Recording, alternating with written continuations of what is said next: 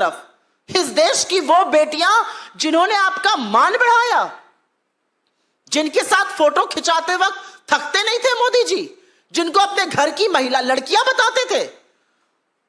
50 दिन से ऊपर हो गया, एक शब्द इस देश के प्रधानमंत्री से नहीं फूटा।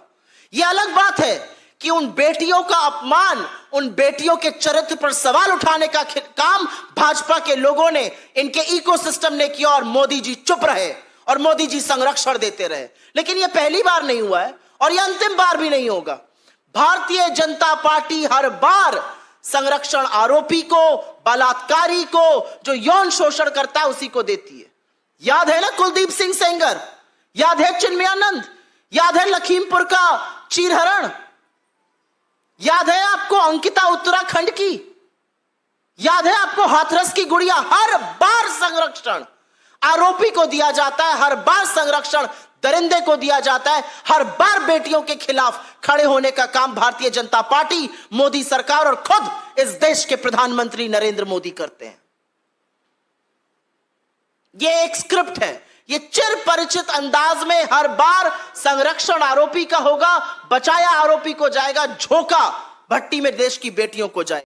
मैं आपसे पूछना चाहती हूं, पॉक्सो का जब गंभीर आरोप किसी के खिलाफ लगता है तो तुरंत कार्रवाई की मांग होती है और वो कार्रवाई होती है तुरंत हिरासत में लिया जाए।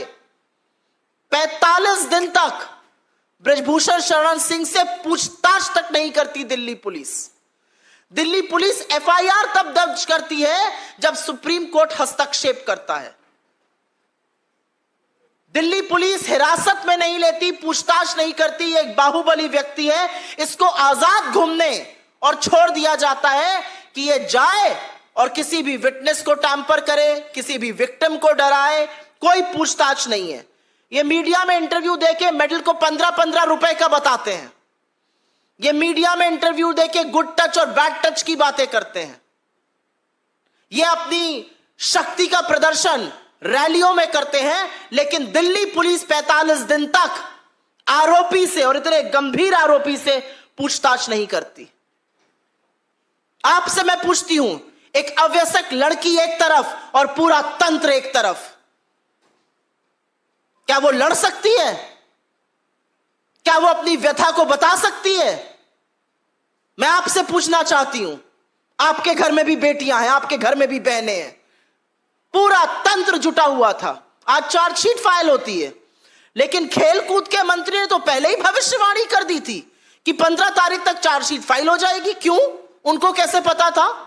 यह चार्जशीट दिल्ली पुलिस ने लिखी है या इस चार्जशीट को लिखने का काम भाजपा के कार्यालय में किया गया है? हम आशा करते हैं और हमें विश्वास है कि इस देश की न्यायपालिका, इस देश के कोर्ट इसका संज्ञान लेंगे। कैसे 164 का मजिस्ट्रेट के सामने हुआ बयान बदला गया, वो बदला उस दौर में गया जब आरोपी उन्मुक्त रूप से बाहर घूम रहा था। उसने क्या प्रभाव किसी पर डाला हमें नहीं पता है, लेकिन ये वही दिल्ली पुलिस है जिसने बिना वक्त गवाए, जिसने बिना वक्त जाया किए क्लीन चिट दे दी इस पूरे मामले में।